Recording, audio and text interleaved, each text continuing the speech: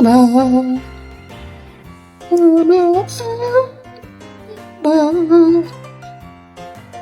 the tone early. Yes. Welcome to the show this week. It's the Screen Sermon Podcast. Back again. It's The Boon. I'm here with Inky. How's everybody doing? Inky, how are you? Doing great, Boon. How are you? I'm doing okay. I'm a little weary. I'm a little tired, and I think it's just that we're gonna do another version versus version this week. We're trying to get everything set up for the Thanksgiving holiday, and trying to make sure that we have our I's dotted and our T's crossed and all that stuff, so we can kind of take a step away from actually recording. Like, we'll still put an episode out, but from actually recording next week. But in order to do that, we did a VvV, and this time around we did it on Seven Samurai and the Magnificent Seven.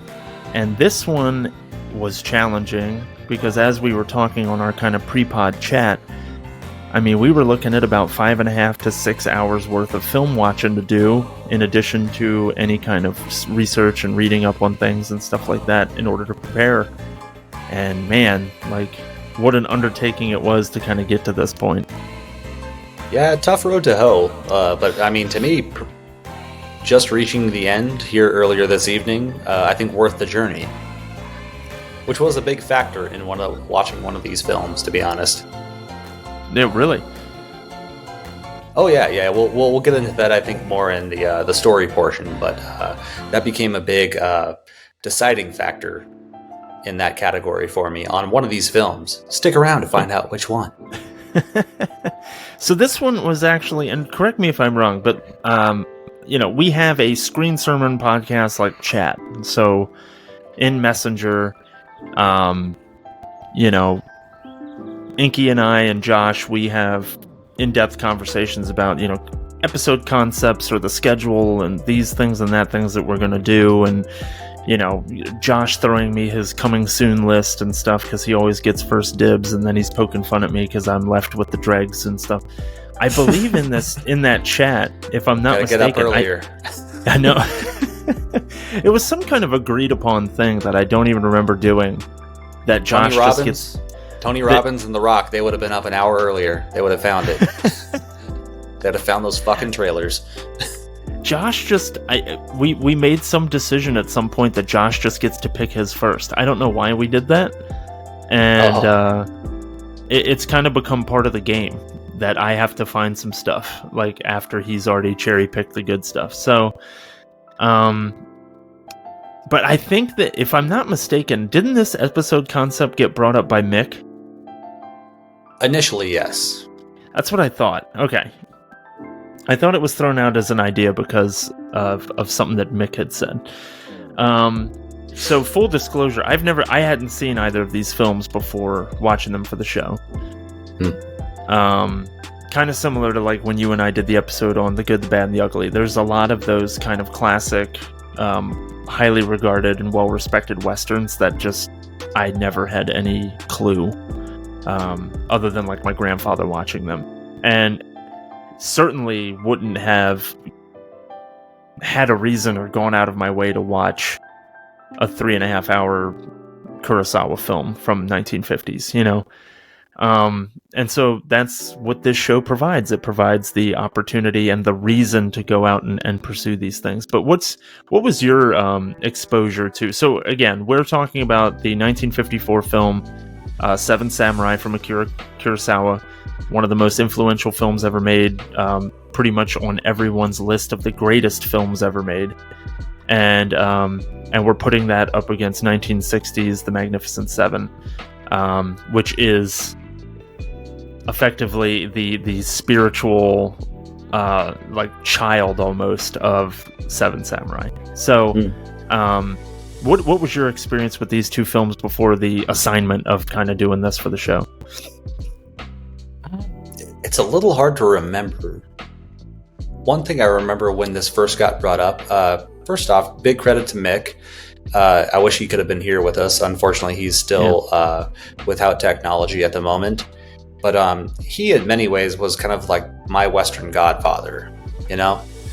I'd seen a lot of Westerns as a kid. I found some of them kind of boring. In some ways, I wasn't ready for some. Other ones, I just think they were the wrong ones for me. Sure. But he was one of the ones that really kicked me in the pants and got me into the genre.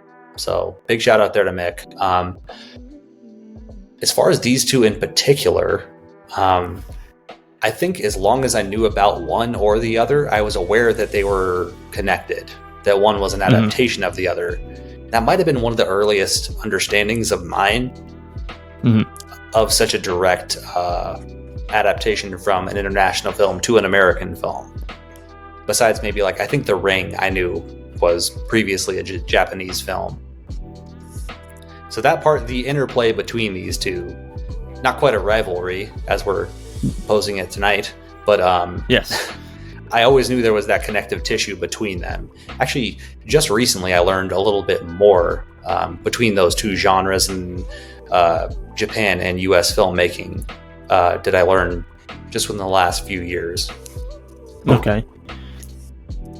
And so so you had some kind of background with this, and and I knew Mick was coming in with the previous experience as well, which is why, like you said, it was disappointing that unfortunately he wasn't able to be on, and he hasn't been able to be on really since the last episode that he did appear on, because he's had his laptop issues and lacking in the equipment needed to be able to do it. But and then Josh, I'm pretty sure this was his first time watching both of these as well, if I'm not mistaken. I do have Josh's notes and want to make sure that I read them, as I always do, when he's missing, because Josh is, again, on the mend. It's always something going on with him, but we do wish him a speedy recovery so that he can get back on the show. Feel better soon, Josh. Yeah, please do. So I guess, as we always do with VvV, we break it down into 4 categories and kind of give the nod to one film or the other, and then ultimately decide on a winner. So did you want to go ahead and start with the story of both, which is kind of an interesting concept? But yeah, did you want to start with story? Sure. Actually, short preface here. Speaking of Please story, do. I mentioned to Josh earlier in our chat, there was what built kind of my narrative of this VvV, because I will say this is easily the closest race of any VvV I've been a part of so far in the show. Yeah. Pretty tough. I watched Magnificent Seven first. No real reason. I just felt like watching it first. And okay, man, back to front, just such an entertaining film. Like hits on every damn level that I want a movie to hit on. And so around an hour in, because I had to end up watching Seven Samurai kind of in pieces. Say the first hour in to Seven Samurai, I'm like, wow, this is feeling more like, if it is a rivalry, it's kind of like an Ali Frazier fight. Okay. I realized that more the more I watched Seven Samurai. Yeah. Because one started out super strong. Yes. Again, was just popping the jab, dancing, moving the whole time, talking trash at his opponent. And then as it progressed, though, oh shit, the other competitor just kept building and swinging that hook. Mm-hmm. And by the end, it was a very close call. I'm loving this analogy, by the way. Yep. And so far, Seven Samurai is the Joe Frazier. Yeah. So we'll decide which fight of their trilogy it was by the end, I guess. Right. But yeah, story-wise, I'll start with Magnificent Seven. I mean, as I said, bang for buck, I'm hard-pressed to find a movie that hits this frequently. I mentioned a little bit of this on our TMNT episode, but it's got that great kind of pulpy writing. Like each scene feels like it has a point. They got these nice buttons, not in every single scene. I was surprised this time. Not surprised, I guess. Maybe I just forgot. There's a certain somber level underneath some of it, more than you might expect from this kind of a movie. Sure. Say from that period. But yeah, I especially felt that at the end. I think the last line is "We'll always lose." Yep. Yul Brynner says, and I'm like, wow. Yeah. For a movie that had these ups and downs, and something I also appreciated as well in Magnificent Seven in particular was finding a few more ways to differentiate between our main seven, giving them little moments, and yes, no one really like overtakes it. Obviously, Yul Brynner's character, he's our lead, and we keep piecing them together, as is the archetype, I guess, of this story, set up, according to people that know more than me, by Seven Samurai. Yeah. And something I felt I gave a little bit of an edge to Magnificent Seven, that they did find a way to kind of separate those main seven a little bit more distinctly. Yes. Within Seven Samurai, though, I feel like that's more a story of accumulation. As I just finished it earlier, I was reminded of when I watched movies by Yasuhiro Ozu, who's probably the other most known Japanese filmmaker of that period, at least in America. Okay. And his movies hit me. I mean, Kurosawa movies don't all hit me this way, but Seven Samurai does. So when watching Seven Samurai or an Ozu flick, for the first say third or so, I'm kind of just watching, Next third, watching a little bit more, and then by the end of the third, I'm starting to feel all of that I didn't even realize was building up on me the entire time. Okay. And by the end credits, I'm like, that's one of the best things I've ever fucking seen. Yeah. And to tell myself that 2 or 3 hours earlier, I probably wouldn't have guessed that. Yeah. Yeah, so to me, I mean, Seven Samurai earns its epic tag. Yes. And not just because it's long. It's not necessarily epic in scope or scale compared to movies that it has influenced, especially more modern ones. Sure. But I love that we get different battle sequences as well. It's not one big battle we build towards. Yes. Like you would maybe see in more like a 2-hour flick, especially a modern 2-hour flick. Yeah. We keep getting these pieces, and we keep losing certain things and learning certain things too. Right. And I think one last thing to say about the story of Seven Samurai is placing the moment of Toshiro Mifune's character revealing that he was born a poor farmer. He's really the centerpiece. We'll get into more of this in the performance/acting category. Yeah. But the fact that he's this born poor farmer, still has a lot of resentment that direction, is a wannabe samurai, and has resentment in that direction. Yes. And this moment of that reveal of him, and then the next couple scenes after that, are pretty close to the center of the movie. Yeah. And you get a great hinge there, and I feel like things really start kicking into gear after that point. Yes, I agree. And that's one thing I would also give Seven Samurai an edge on, which was really keying into that character, because they kind of split it in two with Magnificent Seven, where we attribute that the one that was born the farmer is now the younger character. Yes. Really, they took two and just kind of blended him into a single person. You're right. Yeah, they took Kikuchiyo and Katsuhiro and put them into what's his name? I'm gonna have to look at it. Hold on. And Chico. Yeah, Buckle's character. Yeah. Or Buckle's character. And he kind of became the avatar for both of those. Both the wild man. Kind of unpredictable character, and the young one, right? Yes, yeah. He's reckless and impressionable. Yeah. Yes. So I mean, for my first point, I don't know if we're already deciding yet. I mean, I'm going to give the Duke here to Seven Samurai. I think it allows for a lot more character work in its story. As I say, it accumulates a lot more by the end. And again, I think it hits a different kind of depth of kind of emotional storytelling for me. That being said, as I said before, Magnificent Seven is just pound for pound one of the more entertaining films I've ever watched. Yeah. So huge credit on Mag 7's part, but for this first round, I'm giving it to Seven Samurai. Yeah.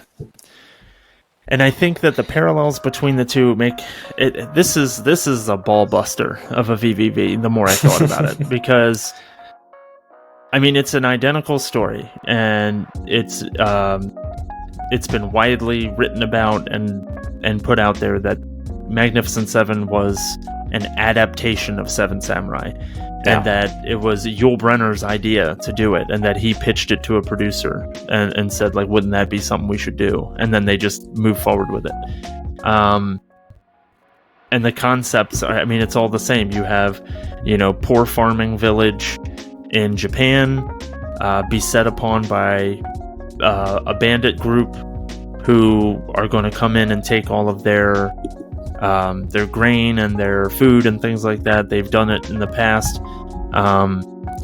There's this very cold open where you see the bandit group make this decision to not attack the village today because they need more time before the harvest.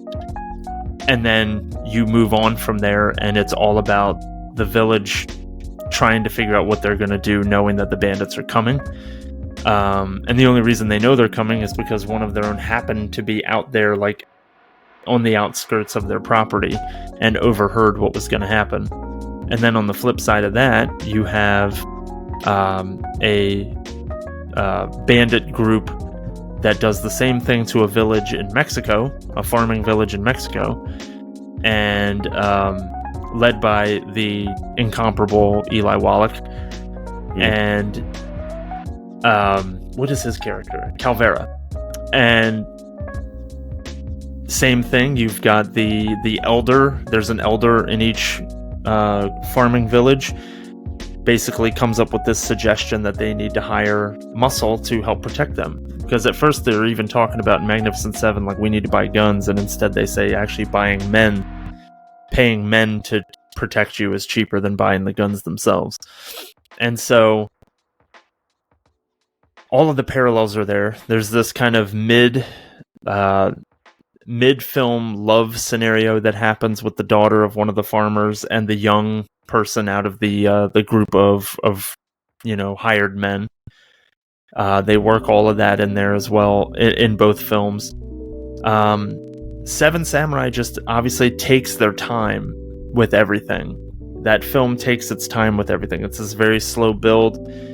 There's certainly some level of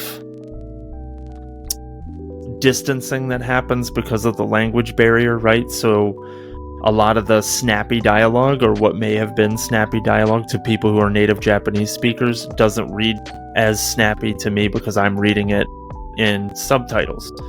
Whereas a lot of the banter and stuff like that in Magnificent Seven hits for me right away. All the cool stuff that Calvera says, any quippy one-liners that Eli Wallach throws out there, it hits me immediately.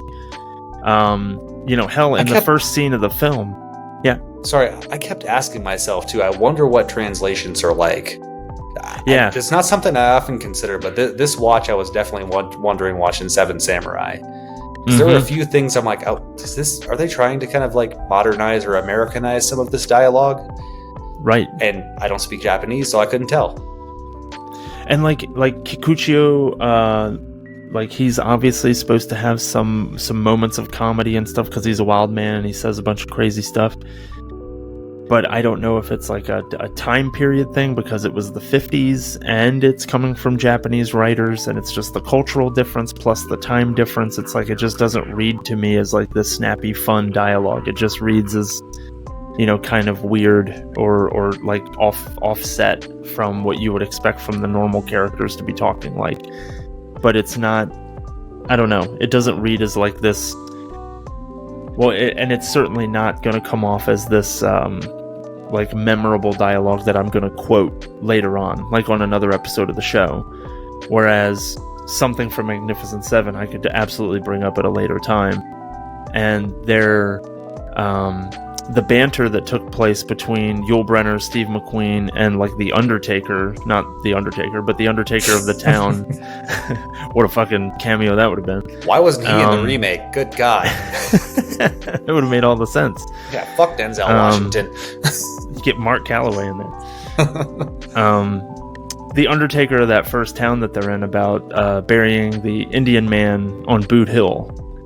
And there's just so many like quick, like snappy dialogue that goes on back and forth between them. Just like, any kind of prejudices they had about who's going to be up there, I'm sure they've let them go by now, because they're dead. So it's just like all these great little lines that they have. And I didn't have that same kind of fun dialogue experience with Seven Samurai. And then the pacing is certainly something that needs to be considered here, because Magnificent Seven does tell effectively the same story. Obviously not beat for beat, because they don't take as long to tell it. And it's not a short movie. I mean, it's a 2 hour and 8 minute film, but they were still able to tell the same story in a more efficient way. Mm-hmm. I definitely felt like there were sections of Seven Samurai that drug on for a bit, like when they're in the village recruiting the titular samurai themselves. Like, you could have done the recruiting process for, one of them or two of them or something like, but no, we see them go through the recruitment of each and every member, and it's not done in like a way where you're getting the vignette of the very stoic swordsman whose name is going to escape me, so I gotta look it up. Hold on one second. Kyuzo. Like, you're not going to get a vignette of that. You're literally going to get, like, this is the entire day that they spent leading up to the point where they met this guy and saw him have this duel and all this other stuff. And where maybe there was a more, quick and efficient way to tell that story, but that's not what Kurosawa's vision was.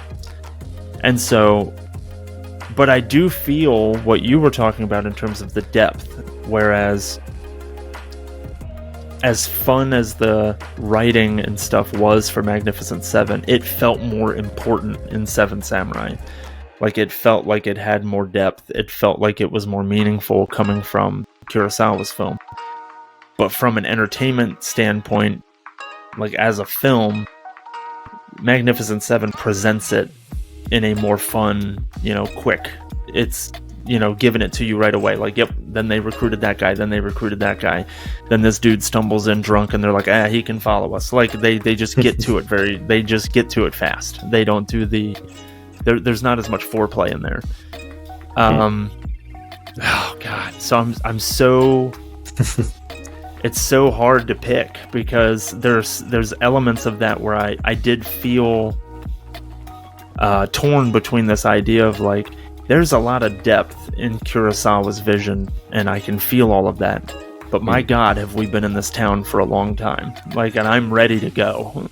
The first hour, and again, I think it earns it the longer it went for me. Like I said, that was, and why when I thought of this just earlier when I was just eating a hamburger, but like, the Joe Frazier end on that is weirdly apt. I'm not just throwing a random fight out there, but like Joe Frazier was known for being a slow starter, but the guy that would fight you to the last round. Yeah. Unless you're George Foreman. But right. No, I'm glad you pointed out something else too, because a key difference, and I find a lot of what I found difficult about these comparisons, a lot of what makes these movies different doesn't necessarily make one better. Sure. To me, yes. But you pointed out a key character difference is Calavera, because the bandits in Seven Samurai are very much like not faceless, but they really don't have any character. Yes. Like that opening scene that we get that you mentioned, which what a great little opening. So we get this, it's maybe a couple minutes long, and we get exactly what the story is. Yes. Yeah, I love that kind of stuff. But also, after that, there's maybe one or two other scenes where they even have any kind of dialogue, and it's very brief. Yeah. Yeah, they could have just as easily been wolves. Like, they're just like a horde, basically. Yes. But like they could have been animals. Yeah, but like and Wallach, Calavera, not just making him a speaking character or a named character, but also his bargaining is actually a pretty pivotal moment, and what leads to a kind of a split or a defection that ultimately leads back to the return and the final battle. Yeah. And that's what makes this so hard. And I don't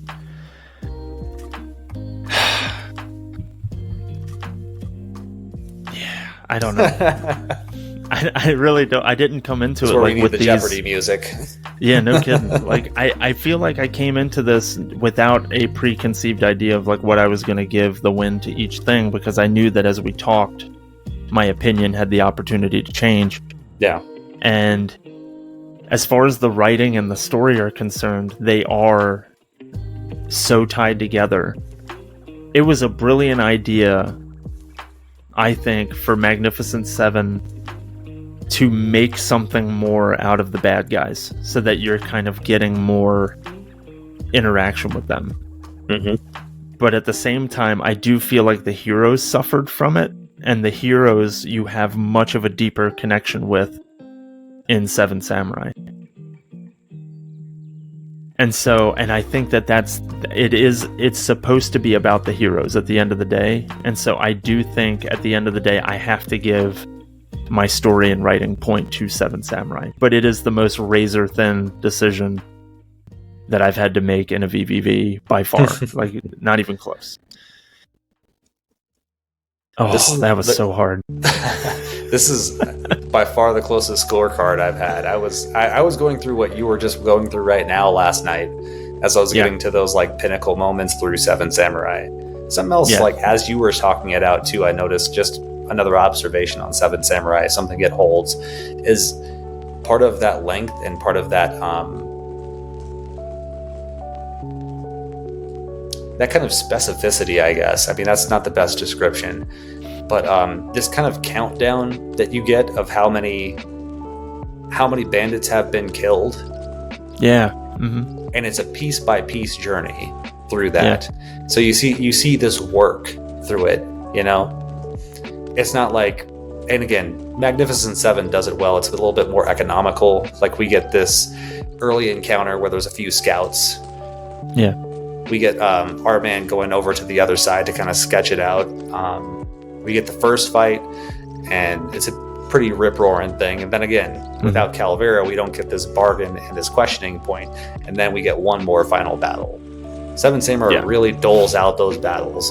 And that's what going back to part of why I made my decision. I don't see that too often, and novelty itself isn't a great thing necessarily.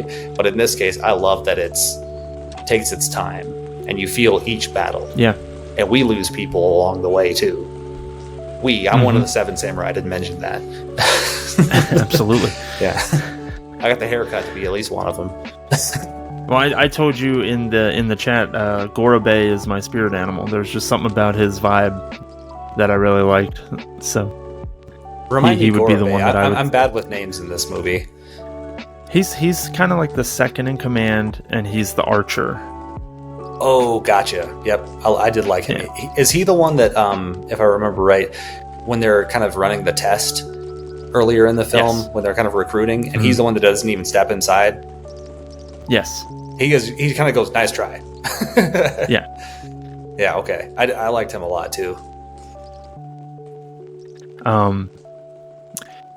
Yeah, it's very...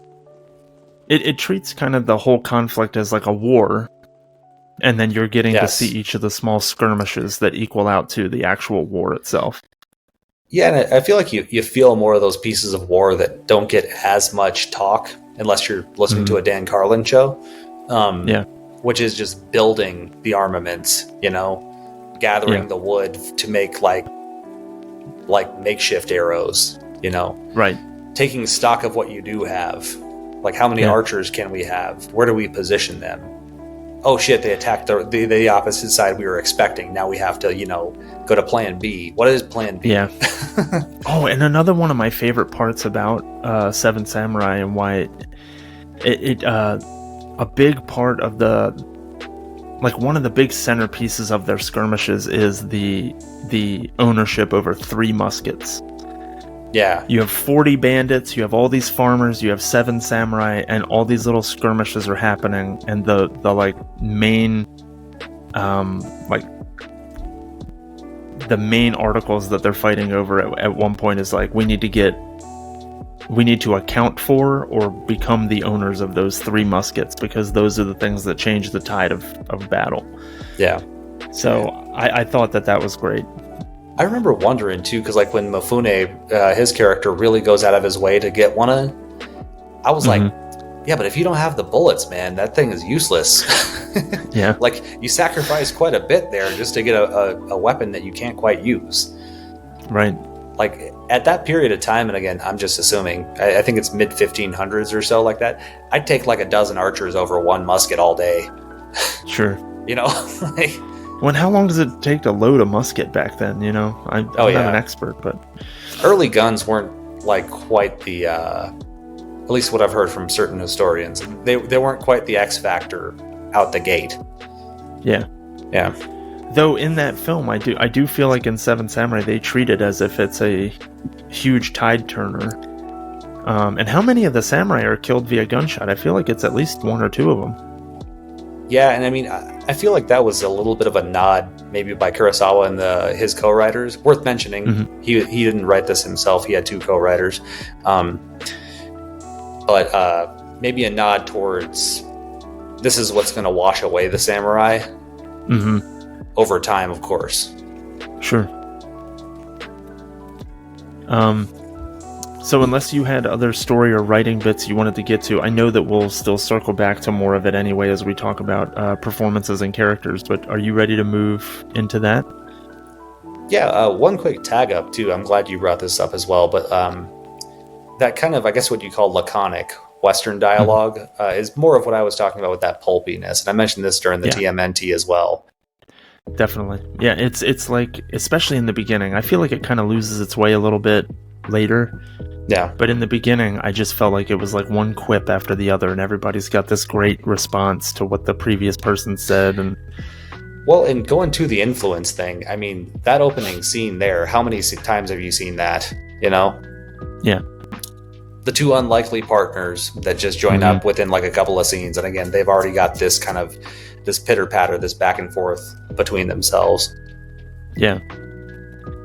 I was questioning it at first, and it's funny too, because they literally have that opening conversation where they ask where the other one is from, and like, oh, is there any work there, and all that kind of stuff. Yeah. But like, I did find myself questioning, like, where do these guys know each other from? And it's like, oh, that's right, this is the first time they're meeting. So... Yeah. Now that we're talking about it again, man, there's some really great scenes, and I'll give some of this to writing as well. Like when we see Charles Bronson make the little flute for the girl. When we get Steve McQueen's character talking to one of the older farmers, and the farmer himself is kind of talking him through what he's feeling because he's not that used to it, and he says something along the lines of "worth dying for," and he's like, "Do you know what that's like?" And McQueen's just like, McQueen kills it. I mean, this is a great transition into performance, but McQueen kills it in that scene, and so does Bronson in the one I just mentioned. But the way McQueen tells him, like, I envy you. Yeah. Really nice little scenes, like, between the seven and the farmers. No, and I really enjoyed Charles Bronson in this movie, and he's an actor that I've kind of pushed off as like a non-factor in my film watching life, just because it's like that's that guy that's in all those movies that I know the names of, but I've never actually watched them, you know? And so he's just one of those dudes. I remember back in the day like thinking that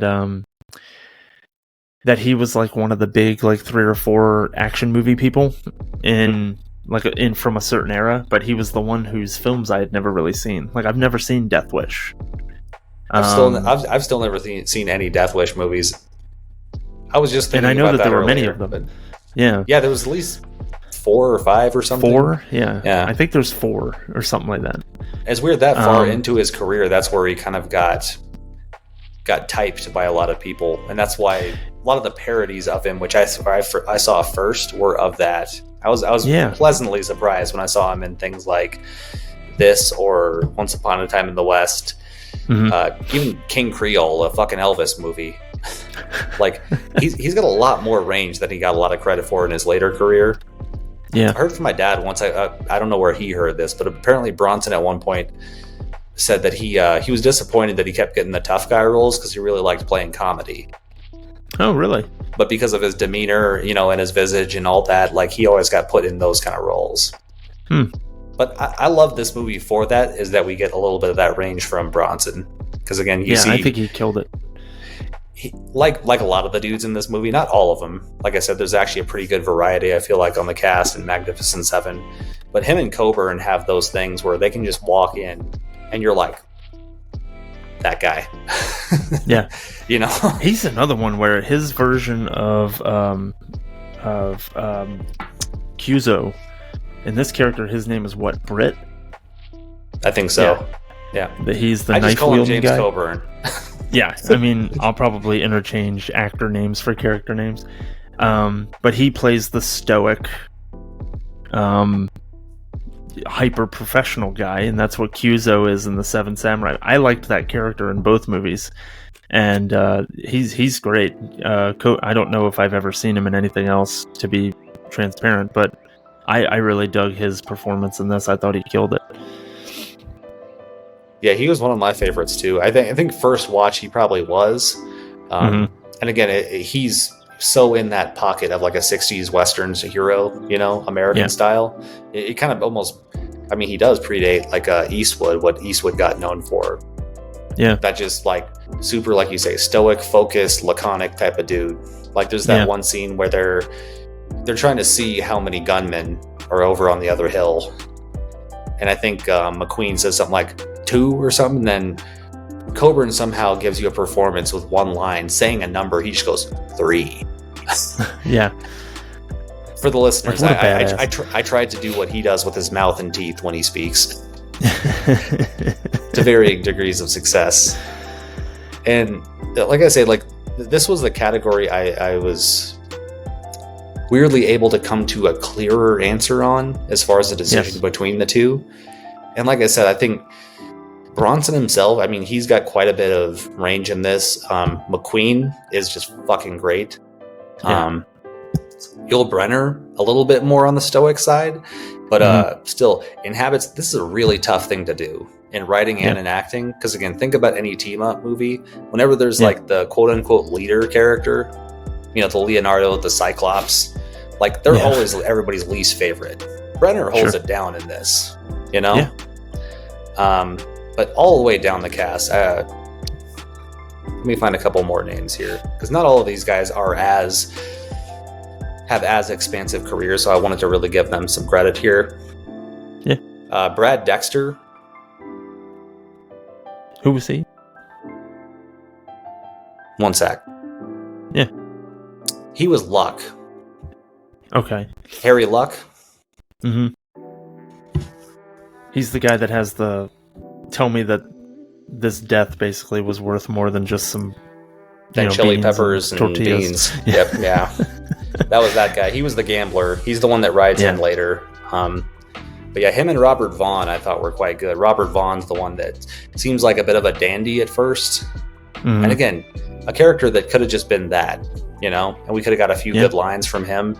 But I mean, he has a full scene of like just exposing deep trauma, which is kind of hard to play, especially in a movie at the time, just for like the pitch that a lot of acting was expected to be. You talking about like when he has the nightmare? Yes. Yeah. Another great line that he has too, which isn't the easiest sell, when he says like, oh yeah, a deserter goes to hide out in a battlefield. Mm-hmm. We don't get much more about him than that. We just know he deserted something. Yeah. But yeah, what it comes down to me with like performances is just, I think there's just a bit more diversity in Magnificent Seven. Mm-hmm. And then I'm going to move over now to Seven Samurai. Because again, going to what I said before about playing a lead and carrying that through a movie, let alone a 3.5 hour movie, Takashi Shimura does a fucking phenomenal job in Seven Samurai. Yeah. I'd say next to Mifune, because Mifune has shown up so much in American pop culture, even if people don't know who he is. Just the image of him screaming with that helmet on has been on so many shirts and other things. Yeah. I would bet that Shimura has probably is as known, or maybe a little bit more, depending, to American audiences, because he was not only in, I think, more Kurosawa movies than anybody. Something like 21 movies of his. But Wow. he's also in a lot of the first run of Godzilla movies. Really? Yes, because as you probably saw from the very opening, this was also a Toho picture, Seven Samurai. Right. So, and it's filmed the same year that the first Godzilla movie was being filmed. there you go. But yeah, and like of those two, and again, you mentioned our man that plays the more stoic swordsman. Like just Seiji Miyaguchi. yes, thank you. And I mean the top four. Those three that I mentioned, and your favorite guy, your spirit animal, as you mentioned him. Gorobei. Yeah. Yes. Our man Played that by played Yoshio Inaba. Yes. Or Inaba. Those four really stand out to me. And again, I think Mifune in particular, I mean, I barely mentioned him so far outside of his influence over here. I mean, I was so surprised the first time I watched this that he played that character. Yeah. I really I'm like, well, he's that known, he's that respected. He must be like the hard ass, right? He's the hero. Yeah. And then when I saw who he was playing, I'm like, what? And the more the film went, I mean, like not just what I had mentioned before about him being kind of the centerpiece, but I'm like, God damn, he's the most memorable character by a long shot. Yes. Then I realized though too, like by applying that to him making the choice of that character gave him a lot of short shrift as an actor. Because again, a lot of other guys could have played that in a way that would have just been plainly silly. Sure. Or uneven, you know, between like the inner turmoil and his kind of more outward manicness. Evidently, he really enjoyed it because it allowed him to just be himself. Because he's evidently a very silly guy. That's funny. From what I understand, a lot of Kikuchio's dialogue wasn't really written, and they just kind of let him ad-lib a lot of his goofy stuff that he does with like the kids and some of his antics, and he just kind of was able to go and be. And evidently, he was already a kooky dude to begin with, so he just did what came natural. That's awesome. I had no idea. I'd never heard a single thing about his personal life. Yeah. So the fact that that's what he is like, that makes me love him even more. Yeah. But He's a weird he thing. easily is the star of the picture, for sure. Well, you know what? I think when watching the whole thing, I would probably call Shimura the star. But I mean, but Mifune is the one that he has the most lasting moments. Yeah. And it's Maybe funny. he's the most memorable is what I mean. Yeah, Not necessarily that he's the star, yeah. He's the one that you take away from it. Right.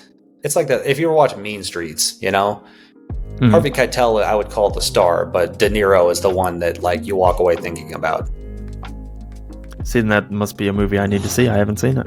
Oh, dude, you guys got like young De Niro reminds me weirdly of not so much older De Niro, but he gives me a bit of a Mifune vibe. Oh, okay. Yeah. Anyways, funny thing that you had mentioned before too about how there's not as much quotable dialogue, like you don't walk away from Seven Samurai quoting it. The one thing I kept thinking of from that, it's not exactly a quote, it's more of an impression, was from Mifune, where his whole like kind of laugh thing that he does at people. like when he's making fun of them. Yeah. Like it's kind of ugly and silly, but it also feels like a dude that doesn't know what to say sometimes. Yeah. Like just trying to fill that space. Yeah. That's kind of his awkward tick. Like sad, pathetic farmer in the dirt. Ha ha ha. Yeah. Like, Stop why crying. are you beating this guy down? Why are you beating these people down? Yeah. Took a lot of balls to play it that way, I will say, in a movie that is so staid in a lot of other ways, so classy, I guess you could even say. Yeah. And a lot of balls for Kurosawa to let him go that far. So I think that's a good point. Is like the Seven Samurai is absolutely presented as a film. You know what I mean? It's got some class to it, and then you've got this clown that's kind of at the center of it, who's just kind of let loose and able to do whatever comes to mind, and they're just filming. Yeah. Just, you know. Well, it weirdly fits to me too, though, because I feel like sometimes the most tortured people are the people that are between things. You know, sure. Like everybody's got some version of pain. Whatever class you're in, whatever geographical location or culture that you are a part of. But it's sometimes those people that are never quite one or the other, have a very unique kind of pain and struggle, you know? Yeah. And he's definitely that, like as I said before, the centerpiece. Yes. So I'm going to move forward to what was the deciding factor for me, because I feel like it's a pretty close race on those main 7. As I say, is a pretty close race between the primary 7 in both, at least for me, performance-wise. What kind of leveraged the win to me was the cast that played the farmers. Mm-hmm. And actually, now I'm glad you reminded me of this, but there was another ace up the sleeve, as he always is. But in particular, I really liked the farmers' performances, or the performance of the actors playing the farmers in Magnificent Seven better. Yeah. They're fearful, they're like maybe a touch naive or a little bit less experienced, but they still feel like people to me. Where sometimes I think the farmers, and some of this could come to direction as well, or just a difference in culture and time, but I mean they cower a bit too much for me. It just makes them feel like up towards until the end, that is, like just a little bit like just overly cowardly, which it made it a little bit harder for me to kind of want to root for them. Sure. I mean, I guess it should do the opposite, right? Who knows? But and like again, I'm thankful that you reminded me. The real ace up the sleeve was Eli Wallach, you know, which we don't have a comparable actor in Seven Samurai. So on this one, I actually give a slight edge to Magnificent Seven for performances. And I'm kind of right there with you, because I felt like a lot of the background actors, or a lot of the side tertiary characters that you meet, were just so much more interesting to look at, and so much more interesting to talk to and be around as a viewer in Magnificent Seven. You know, like I said, the Undertaker in that opening scene, I totally agree with you. The farmers. And then you look at the characters that you run into in Seven Samurai. The farmers are very, very difficult to kind of take in large doses, because of some of this very odd and bizarre behavior.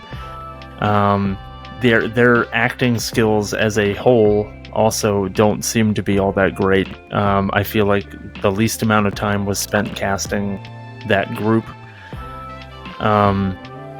You just feel like the direction was like at any point looked like you're about to cry or piss your pants. Yeah, just at constantly. Just I want you always at 11. And I had actually put something in the chat a couple of days ago about there's like these characters that are in the village when they're recruiting the Seven in Seven Samurai, where I was confused because they have this weird mid-film turn, not mid-film, but mid like section of the film turn where they're just constantly heckling the farmers, and then somewhere along the line in the middle they all of a sudden become supportive of them, and in their attempt at recruiting like a certain member of the Seven. And I don't even understand who they were supposed to be. And so I remember putting it in the chat, like, who are these guys? Like they clearly are just as poor or just as, you know, unimpressive and things like that as these farmers, but they're badgering them and talking shit about them all the time, and you know, and all this other stuff. And you had posited that you thought that they were like just peasants that happened to live in that village, and so they are just at a similar level of down on their luck, but they just, you know, they are expressing it in a way where they just, you know, they want to watch everything burn because of how shitty everything is for them. I felt like the city, the farmers. Yeah, go ahead. They feel like the city poor people, so like when the hit comes to town, they make fun of them even though they're equally as poor. Right. And like they for some reason don't have as much still to kind of be striving towards, because the farmers still, at the end of the day, it's like we're still trying to save our land and save our people and make sure that we're fed and stuff like that. The peasants in the city have just seemingly given up and just turned to, you know, whatever basic needs they can get met, and then anyone else that they hear in the background who is trying to accomplish anything that's beyond that. They just want to make fun of it because of how pointless it seems to them. But like the guys that played those characters, it was another one where it was just like, okay, I feel like there was some bare minimum in terms of casting, or bare minimum in terms of direction for them, because so much focus is put on the 7. And then, like we discussed earlier, the bandits. I mean, the bandits are literally a force of nature. They could have been animals. They could have been a storm that they had to, bolster the farm's defenses against an incoming storm from ruining their crops. It could have just as easily been a story about that, and leave the samurai out of it. Obviously, you wouldn't need the samurai at that point. Whereas, and again, like he is just this effective. Eli Wallach's character, Calvera, you get that villain that you recognize as being a worthy adversary, even though you have 7 heroes, or 7 like main heroes. He is still worthy opposition to 7. Like, this one guy is a powerful enough force that I feel he's a danger to 7 badass gunmen. And he's incredible. I mean, there's a lot of Tuco in there, and I think a lot of it is just because Eli Wallach puts himself into everything, and so like that's just him. Yep. And so for those kind of, and like you said, the 7 themselves are pretty close, but I still even think that the guys that you get in Magnificent 7 stand out more. They seem to have more moments individually. There's a couple of the 7 samurai that I got mixed up because they were so much alike that I didn't remember one from the other, and I think the one that is the biggest offender there was Shichiroji. I barely could remember who he was, and so then when he ended up being killed at one point, and I was like, oh, that's right, I forgot about that one. And it's just he had less of a hook than the other ones. Yeah. All of the Magnificent 7 had like a very, like you referred to them as being a very diverse group. Yeah. And that was a great way to kind of explain kind of their each one of them had their thing that made them memorable. And so they were a touch to me, closer I to think, like an Ocean's 11 crew. Yeah. Although yes. I like that they didn't push it as far where each one has to have a separate skill. Yeah. By and large, it was the different. closest they got to that was like Britt and his knife. Like that's It wasn't like that's the knife guy, that's the dynamite guy, that's the horse guy or something. You know, like it was more differences in personality. Yeah. It's like the infiltrator guy, the explosives guy, the slutty girl that's a distraction, the contortionist. They didn't dive so deeply into it, but yeah. So for all of those reasons, I think that characters and performances taken into as a whole, I have 1 point to give for all of those things. I thought the acting overall, the characters, how they're presented, the writing for them, things like that, the direction around them was better in Magnificent 7. So for me, Magnificent 7 got the point there as well. Oh, there you go. Which then takes us to 1-1 on each of our cards. Alright folks, I don't mean to put a quick stop on this episode. When we record version versus version, we generally do it in 2 pieces, and we record a separate outro and then an intro as we lead into the second half of comparing the 2 films. We forgot to do that this time, so I figured I would just interrupt the proceedings to say that this is the end of part 1 of the VvV, and that we will continue to talk about kind of the intangible things as well as the technical side of both films when we pick things up in part 2. So please look out for that. In the meantime, please reach out to us at Screen Sermon on X. You can find us at Screen Sermon on YouTube, and you could also send us emails at screensermonpod@gmail.com. We would love to get your feedback. We would love to hear from you. We would love to answer your questions or get film suggestions, any kind of critique you may have for us.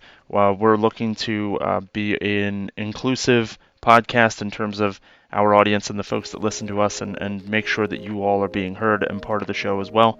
So reach out to us, like I said, and please tune in for part 2, which is coming up next.